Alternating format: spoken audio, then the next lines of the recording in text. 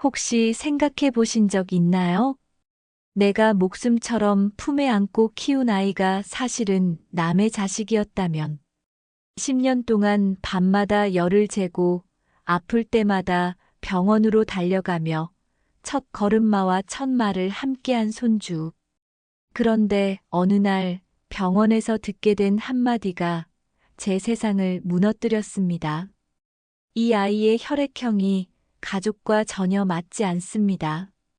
피보다 진한 사랑을 믿고 싶은 한 할머니의 가슴 저린 이야기.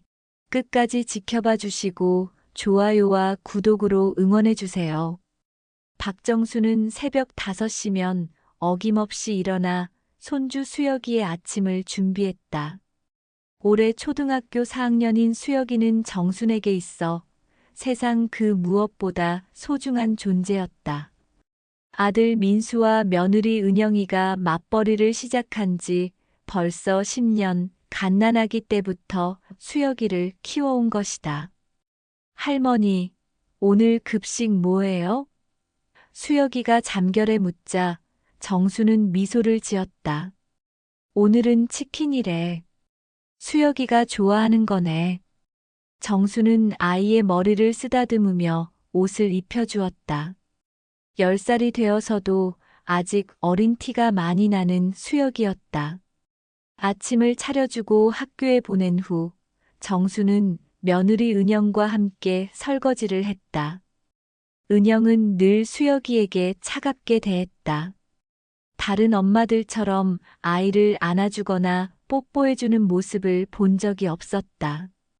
정수는 처음엔 은영이 원래 표현이 서툰 성격이라고 생각했다. 은영아, 수혁이가 요즘 학교에서 어떻대? 정순이 조심스럽게 물었다. 은영은 고개도 돌리지 않고 대답했다. 잘 지내는 것 같은데요.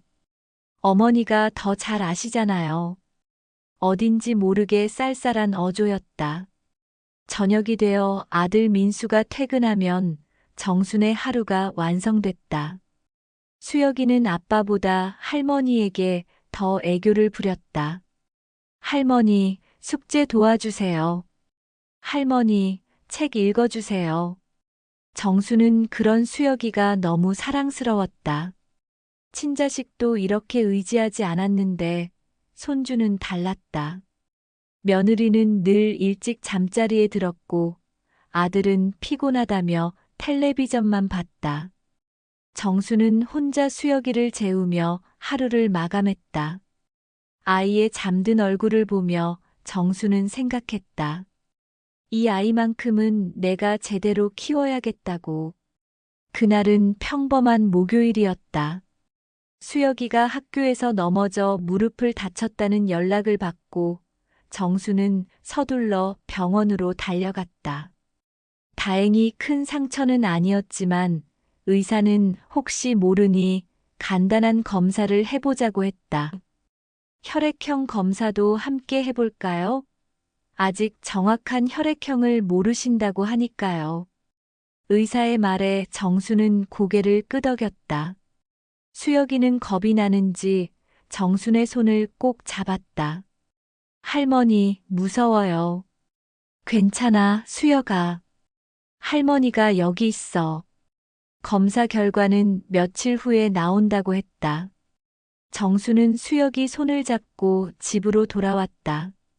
아들과 며느리에게 상황을 설명했지만 두 사람의 반응은 시큰둥했다.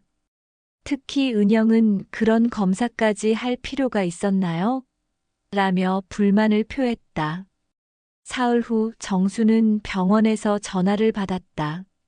검사 결과가 나왔는데 한번 오셔서 설명을 들어보세요. 의사의 목소리가 어딘지 모르게 무거웠다. 정수는 가슴이 두근거렸다. 혹시 수혁이에게 무슨 문제가 있는 건 아닐까? 병원에 도착한 정순에게 의사는 조심스럽게 말했다. 할머니, 혈액형 검사 결과를 보시죠. 수혁이는 AB형입니다. 정수는 고개를 끄덕였다. 그게 뭔가 문제가 있나요? 아니요, 혈액형 자체에는 문제가 없습니다. 다만, 의사가 잠시 망설였다. 혹시 아드님과 며느님의 혈액형을 아시나요? 정수는 기억을 더듬었다. 아들 민수는 O형, 며느리 은영은 B형이었다. 결혼 전에 건강검진을 받으면서 들었던 기억이 났다. 의사는 심각한 표정으로 말했다. O형과 B형 부모 사이에서는 AB형 아이가 나올 수 없습니다. 유전학적으로 불가능한 일이에요. 정순의 머릿속이 하얗게 변했다. 의사의 말이 귀에 들어오지 않았다. 그럼 이게 뭔 소리예요? 정순의 목소리가 떨렸다. 의사는 더욱 조심스럽게 말했다. 정확한 확인을 위해 유전자 검사를 해보시는 게 좋겠습니다. 혈액형만으로는 단정할 수 없으니까요. 집으로 돌아오는 길 정순의 다리는 후들거렸다. 10년을 키운 손주가 혹시 정말 남의 자식일 수도 있다는 생각이 머릿속을 맴돌았다. 그럴 리 없다고, 절대 그럴 리 없다고 중얼거렸지만 가슴 깊숙한 곳에서는 이미 불안이 자라나고 있었다. 유전자 검사 결과를 기다리는 일주일은 정순에게 지옥 같은 시간이었다. 밤마다 잠을 이루지 못하고 수혁이를 보면서도 복잡한 감정에 휩싸였다. 혹시 정말 친손주가 아니라면 어떻게 해야 할까? 10년 동안 쌓아온 사랑이 거짓이었다는 말일까? 드디어 검사 결과가 나왔다. 정수는 혼자 병원에 가서 결과지를 받았다. 의사가 건넨 서류를 보는 순간 정순의 세상이 무너졌다. 친자 확률 0%. 수혁이는 아들 민수의 친아들이 아니었다. 이게 확실한 건가요? 정순의 목소리가 떨렸다. 의사는 안타까운 표정으로 고개를 끄덕였다. 네, 유전자 검사는 99.9% 정확합니다. 수혁이는 아드님의 생물학적 자녀가 아닙니다. 정수는 휘청거리며 의자에 앉았다. 머릿속이 하얗게 변하고 가슴이 터질 것 같았다. 10년 동안 친손주라고 믿고 키운 아이가 사실은 남의 자식이었다니. 그럼 지금까지 내가 뭘 한 거지? 정순의 눈에서 눈물이 흘러내렸다. 집으로 돌아온 정순은 아들과 며느리를 거실로 불렀다. 수혁이는 방에서 놀고 있었다. 정수는 떨리는 손으로 검사 결과지를 내밀었다. 이게 뭔지 설명해봐.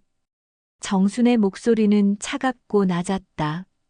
민수는 서류를 보더니 얼굴이 하얗게 변했다. 옆에 있던 은영도 마찬가지였다. 정수는 두 사람의 반응을 보며 직감했다. 이들이 이미 알고 있었구나. 대답해. 수혁이는 누구 아들이야? 정순의 목소리가 높아졌다. 민수는 고개를 떨군 채 입을 열지 않았다. 은영은 울먹이며 말했다. 어머니, 저희가 말씀드리려고 했는데. 뭘 말씀드리려고 했다고? 10년 동안 나를 속인 거야? 정수는 분노로 온몸이 떨렸다. 어머니, 제발 이해해 주세요. 저희도 어쩔 수 없었어요. 은영이 눈물을 흘리며 말했다. 어쩔 수 없었다고? 그럼 나는 뭐야? 10년 동안 남의 자식을 키운 바보야? 정순의 목소리가 집안을 울렸다. 민수가 겨우 입을 열었다. 엄마, 저희가 잘못했어요. 하지만 수혁이는 정말 소중한 아이예요. 소중하다고? 그럼 왜 진실을 말하지 않았어? 왜 나만 모르게 했어? 정수는 아들을 향해 소리쳤다. 은영이 갑자기 일어나더니 어머니, 왜 이제 와서 이러세요? 지금까지 잘 지내왔잖아요. 라며 울부짖었다. 그리고는 현관문을 쾅 닫고 나가버렸다. 정수는 남은 아들을 바라보며 말했다. 민수야, 엄마한테 진실을 말해. 수혁이는 대체 누구 아들이야? 민수는 여전히 고개를 숙인 채 대답하지 않았다. 정수는 아들의 침묵이 더욱 화가 났다. 그 순간 수혁이가 방에서 나와 할머니, 왜 큰 소리로 얘기해요? 라고 물었다. 정수는 수혁이를 보며 복잡한 감정에 휩싸였다. 이 아이는 아무것도 모르고 있는데 어른들이 이런 식으로 해도 되는 걸까? 며칠 동안 정수는 잠을 이루지 못했다. 수혁이는 여전히 할머니, 밥 주세요.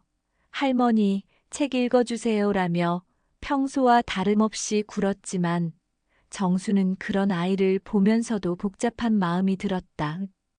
이 아이가 친손주가 아니라는 사실을 받아들이기 어려웠다. 아들 민수는 며칠째 집에 들어오지 않았다. 며느리 은영은 집에 있지만 정순과 마주치지 않으려고 일부러 피하고 있었다. 정수는 더 이상 참을 수 없었다. 진실을 알아야 했다. 정수는 은영의 전 직장 동료들을 수소문했다. 은영이 결혼 전에 다니던 회사 사람들을 통해 조금씩 과거를 알아가기 시작했다. 그리고 마침내 충격적인 이야기를 들었다. 사실 은영이가 결혼 전에 다른 남자와 사귀었어요. 그런데 그 남자가 갑자기 외국으로 떠나면서 헤어졌죠. 은영의 전 동료 김미숙이 조심스럽게 말했다. 그리고 얼마 후에 임신 사실을 알았는데 그때는 이미 늦었어요. 정순의 가슴이 철렁했다. 그럼 수혁이가 네, 그 남자의 아이예요. 근데 민수 씨가 모든 걸 알면서도 은영이와 결혼했어요. 아이까지 자기 아이로 키우겠다고 했죠. 김미숙의 말에 정수는 말을 잃었다. 사실 민수 씨가 먼저 제안했어요. 수혁이를 친아들로 키우겠다고. 은영이는 처음에 망설였는데 민수 씨가 설득했죠. 정수는 아들의 그런 모습을 상상해 본 적이 없었다. 그런데 왜 나에게는 말하지 않았을까? 집으로 돌아온 정수는 아들이 돌아오기를 기다렸다. 밤 늦게 민수가 들어오자 정수는 거실로 불렀다. 민수야, 엄마가 다 알아봤어. 수혁이 친아버지 얘기도 들었고, 내가 어떻게 은영이와 결혼했는지도 알았어. 민수는 더 이상 숨길 수 없다는 듯 고개를 들었다. 엄마, 죄송해요. 처음부터 말씀드렸어야 했는데. 왜 나한테 말하지 않았어? 정순의 목소리가 떨렸다. 엄마가 수혁이를 너무 사랑하셔서.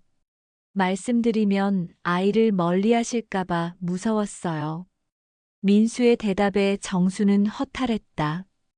그럼 10년 동안 나를 속인 거야? 나는 바보처럼 남의 자식을 키운 거고. 엄마, 저는 진심으로 수혁이를 제 아들로 생각해요. 혈연 관계가 없어도 가족이 될 수 있다고 믿었어요.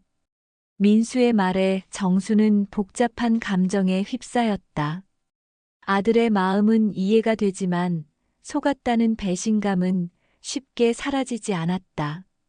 그때 문득 수혁이의 모습이 떠올랐다. 갓난아기 때부터 키운 그 아이, 밤마다 열째가며 돌본 그 아이, 첫 걸음마를 할 때 손뼉치며 기뻐했던 그 순간들. 정수는 깨달았다. 혈연 관계가 없어도 그 사랑만큼은 진짜였다는 것을. 며칠째 집안은 숨막히는 정적에 휩싸였다. 정수는 집안일을 하면서도 가슴 한구석이 답답했다.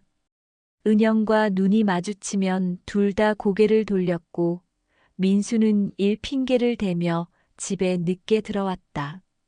그저 수혁이만이 아무것도 모른 채 할머니, 나 숙제같이 해오라며 달라붙었을 때만 정순의 마음이 잠시 누그러졌다. 하지만 더 이상은 안 되겠다고 생각했다. 이대로 넘어가면 은영은 끝내 수혁의 엄마로서 도망치려 들 것이고 자신 역시 언젠가 수혁을 잃게 될 것만 같았다. 그날 저녁 수혁이가 잠든 후 정수는 은영을 부엌으로 불렀다. 얘기 좀 하자. 은영은 머뭇거리며 식탁에 앉았다. 불빛이 그녀의 눈 밑 그늘을 더욱 짙게 만들었다. 수혁이 내가 낳은 아이 맞지? 정순의 목소리는 떨렸지만 단호했다. 은영은 잠시 숨을 고르더니 고개를 끄덕였다. 맞아요.